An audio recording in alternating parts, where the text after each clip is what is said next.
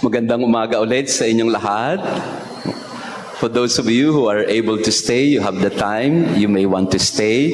For those who need to go for breakfast or other things, okay lang po yun.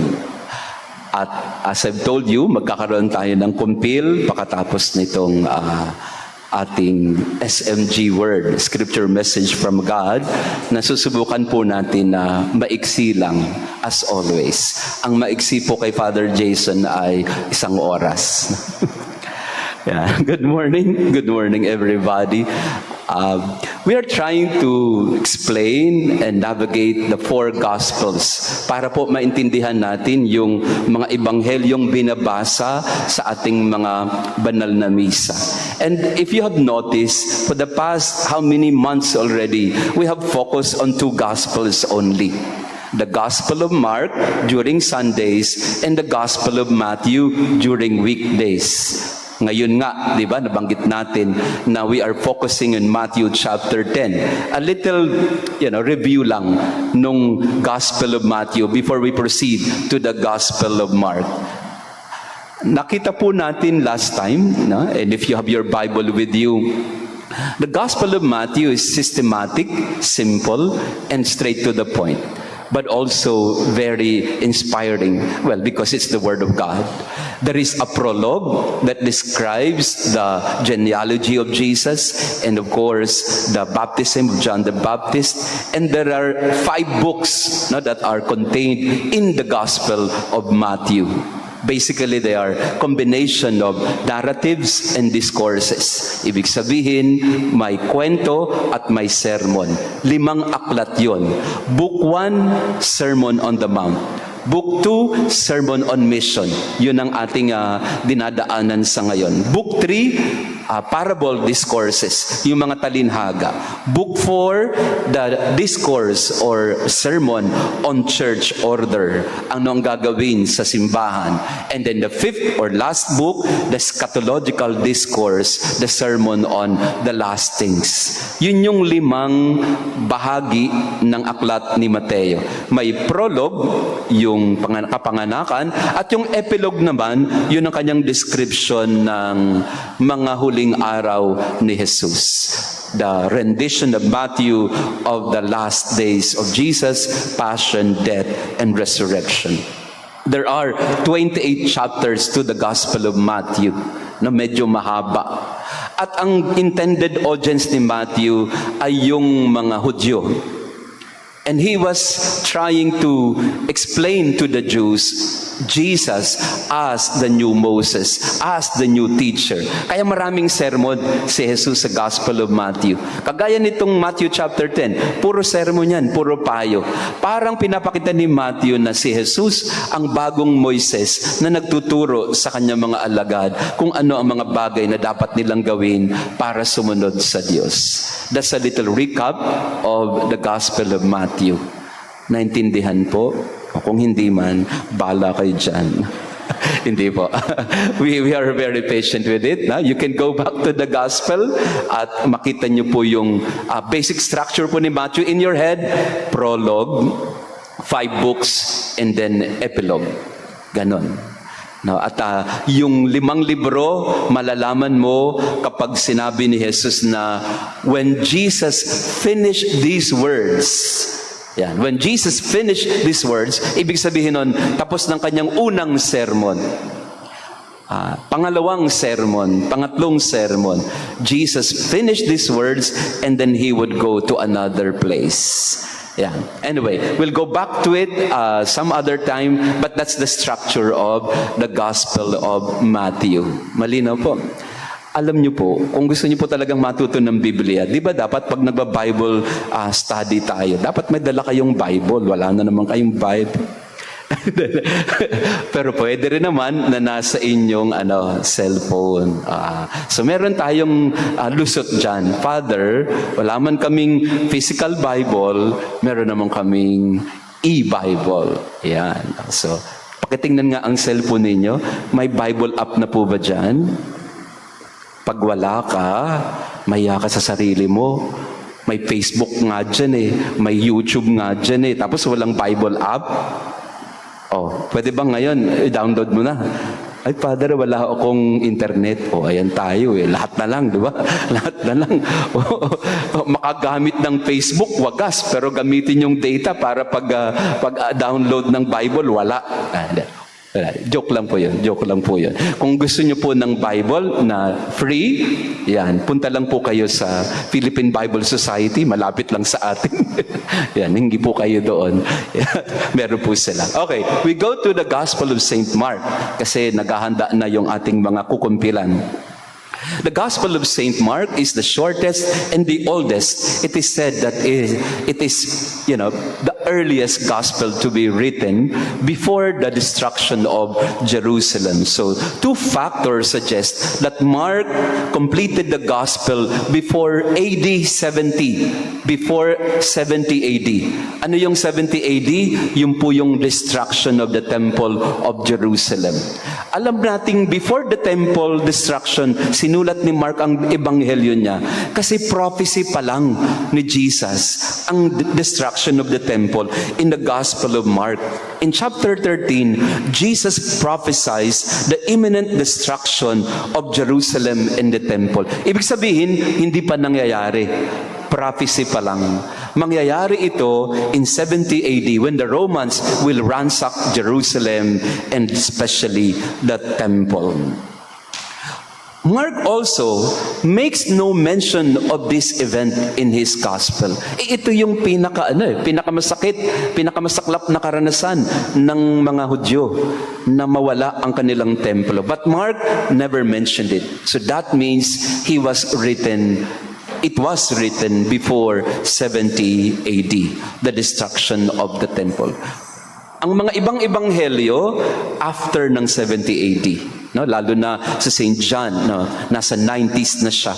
Pero lahat sila sinulat in the first century after the death of Jesus, meaning 100 AD pababa. At ito nga yung maganda dito sa Gospel ni Mark kasi ang sabi ng mga dalubhasa, Mark is the executive assistant of Saint Peter. So whatever Mark wrote in his gospel, it is in the authority and by the authority of Peter. Bakit? Kasi si Peter po ang si Mark po ang anak-anakan ni Peter. If you go to 1 Peter 5:13, ang tawag ni Peter kay Mark ay my son, my son. The spiritual son, executive assistant niya, kasama niya kung saan siya man magpunta. And Mark is the cousin of Barnabas. You find that in Colossians chapter 4 verse 10. Sinasabi doon kung sino si Mark, siya po yung nephew or cousin of Barnabas. At ito pa ang magandang chismis. Biblical chismis. Hindi naman chismis kasi nakikita talaga natin dito. Si Mark ang pinag-awayan ni Barnabas at Peter. At ni Paul rather. Si Barnabas at si Paul nag-away dahil kay Mark. Yan. Kasi si Mark sumama sa unang missionary journey ni Paul, pinasama ni Barnabas, pero sa second missionary journey, hindi na bumalik si Mark. Iniwanan si Paul. Pumunta na siya kay Peter. Mga chismis ng So, nakikita mo din dito yung humanity ng mga apostles, pero nag-reconcile naman si Paul and Mark later on. They had a reconciliation. But suffice it to say na kaya napunta si Mark kay Peter kasi iniwanan niya si Paul.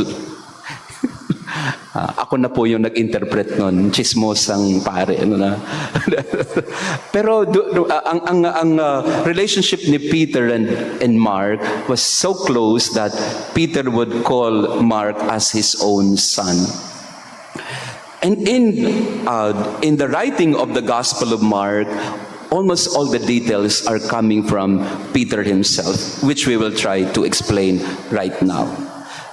Kanino sinulat ni Mark ang kanyang ebanghelyo? Kung si Mateo, ang intended audience niya ay ang mga Hudyo, si Mark wrote his gospel primarily for the Gentile believers in Rome.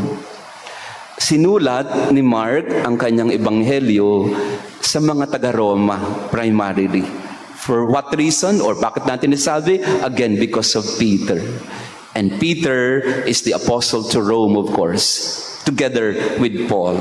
This is suggested by several considerations. For example, Mark regularly explains Jewish customs that would be unfamiliar to his readers. You find that in chapter 7, in chapter 14. Papaliwanag niya yung mga kustobre ng mga Hudyo.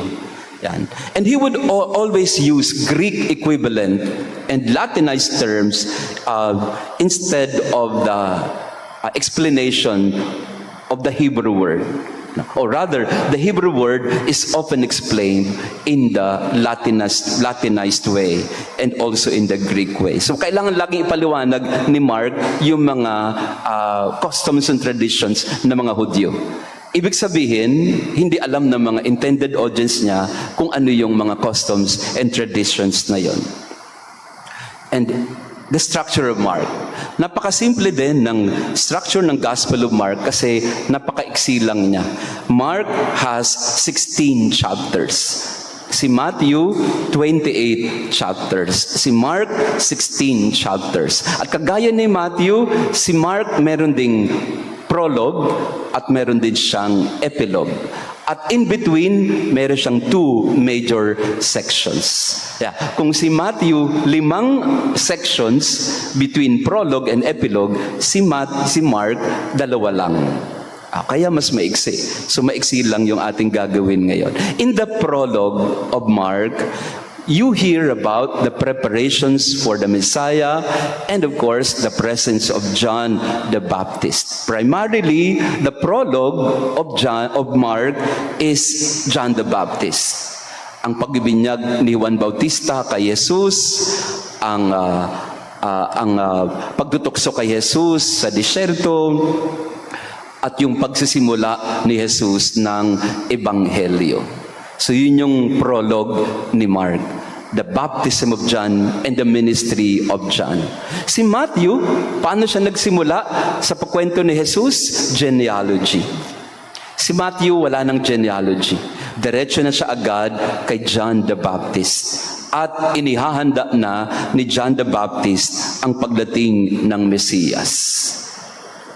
First section, major section, would be the public ministry of Jesus. Right away, after the temptation in the desert, after the baptism, diretso na agad si Jesus sa kanyang ministry.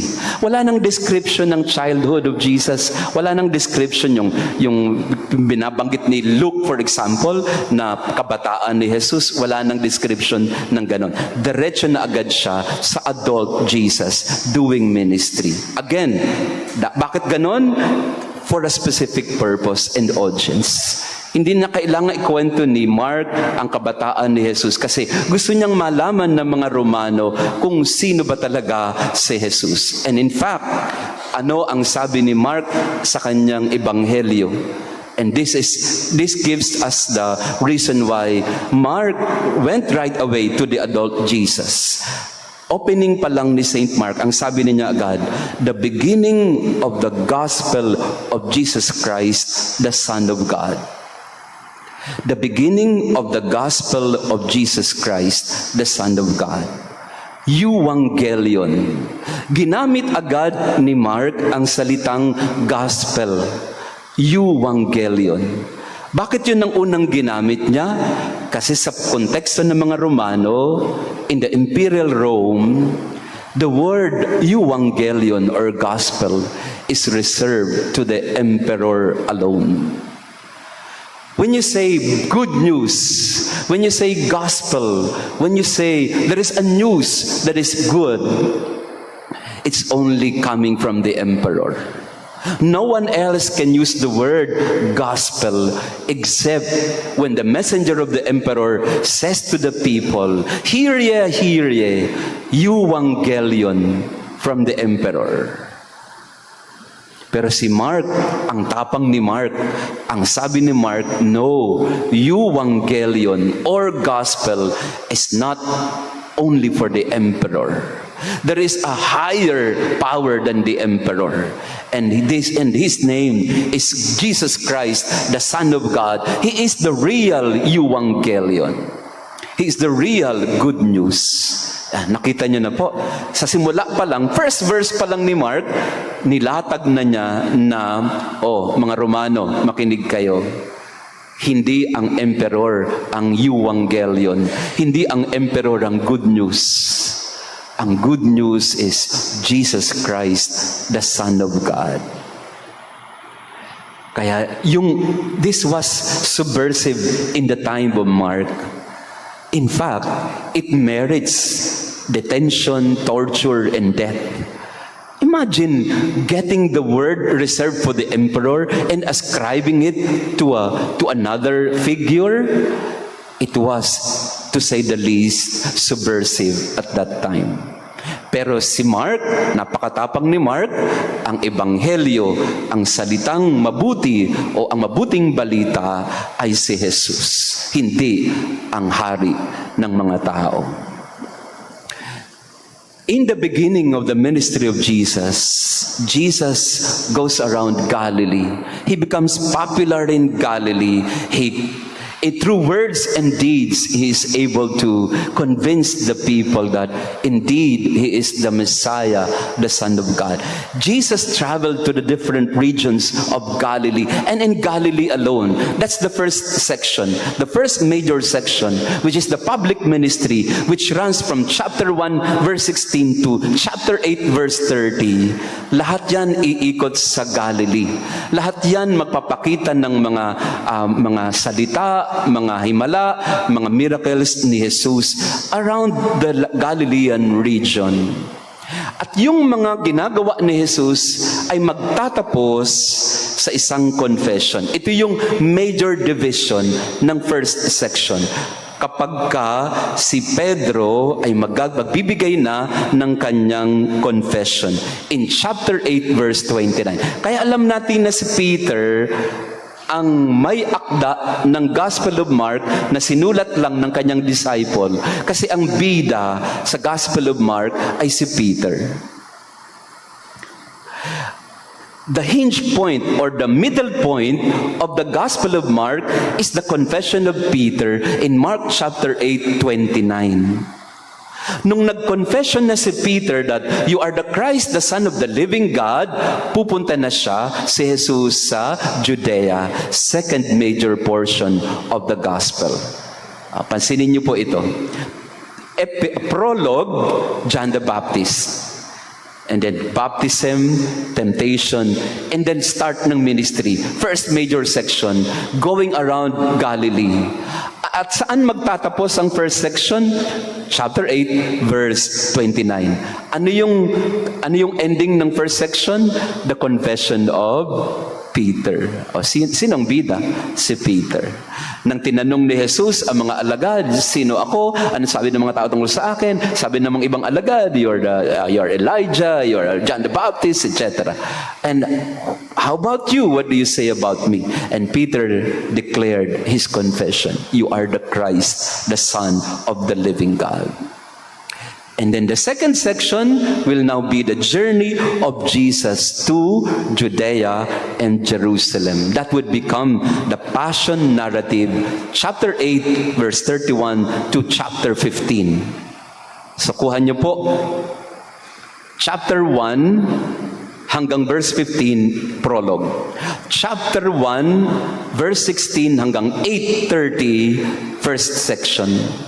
And then chapter 8, 31 hanggang 15, that would be the second major section. Nasaan na si Jesus? Wala na sa Galilee, nasa Jerusalem na siya. At ano yung gitna noon na nagdesisyon si Jesus na pumunta na ng Jerusalem? Confession of Peter. At ipapaliwanag naman, ilalahad ni Jesus ang kanyang passion in chapter 8:31 and following, the prediction of the passion, Jesus' entry to Jerusalem, the Last Supper, the trial, the crucifixion, the passion narrative. hanggang sa crucifixion na magtatapos naman sa isa pang confession. 15:29. Chapter 15, verse 29. Magtatapos ang second major section with another confession of faith. By whom? By the centurion. The centurion will say, nung nakita niya si Jesus na nakabayubay sa krus at namatay, at ang sabi niya, truly, this man was the Son of God. Truly, this man was the Son of God. End of the second major section, and then epilogue. Paglalahad ng resurrection, the empty tomb, the resurrection appearances, the Great Commission, the ascension. Kung may Bible po kayo, makikita niyo po ang structure na ito. Nagsimula sa epilogue na the Evangelion is Jesus, the Son of the living God, not the Emperor. Jesus Christ, the Son of God. Dito po tatahiin ni Mark ang ebanghelyo niya, the confessions. Sa simula, in verse 1, chapter 1, the Evangelion is Jesus Christ, the Son of God, not the Emperor. And then he will explore the ministry of Jesus in Galilee, first major section that will end with the confession of Peter in chapter 8, verse 29, you are the Christ, the Son of the living God. And then the second major section, pag-ikot naman ni Jesus sa Jerusalem, mga huling araw niya, magtatapos naman sa confession of the Roman centurion in chapter 15, 29, truly this man was the Son of God. At sino na yung pangalawang confession? Roman soldier, centurion. Bakit ulit? Kasi ang intention ni Mark, convince the Romans that Jesus is the Evangelion, not the Emperor. Kaya kung tutuusin, the Gospel of Mark is a subversive document at that time. Kasi binibigyan diin ni Marcos sa mga taga-Romano ang ebanghelyo ni Jesus at hindi ng hari. Kumbaga sa panahon ng mga Kastila, ang Gospel of Mark ang noli me tangere. Hindi pwedeng malaman ng mga praile. Yan. Parang ganun din ang ebanghelyo ni San Marcos. Hindi pwedeng malaman ng emperor ang aklat na ito. Kasi sinasabi ni Marcos sa kanyang paglalahad, Emperor, you are not the Son of God. Jesus is the Son of God. Amen? Oh, hanggang dun lang. Di ba? Maikli lang ang ebanghelyo ni San Marcos. Pero I would like you to bear that in mind. 4 parts, 2 minor and 2 major. The 2 minor sections, prologue and epilogue. Ano ang content ng prologue? Yung baptism of John. Ano ang content ng epilogue? Yung passion, death, and resurrection and ascension. In between, 2 major sections, Galilean ministry, public ministry in Galilee, ending with the confession of Peter. Second major section, the ministry in Jerusalem, ending with the confession of the centurion. That's it. Pag malinaw sa inyong mental map ito, maintindihan nyo yung mga ebanghelyo natin ngayong linggo. Ayan. Every Sunday, we are reading from what gospel nowadays? Gospel of Mark. Kaya pag titinan mo ang mga gospel, halimbawa, nasa chapter 4 pa lang.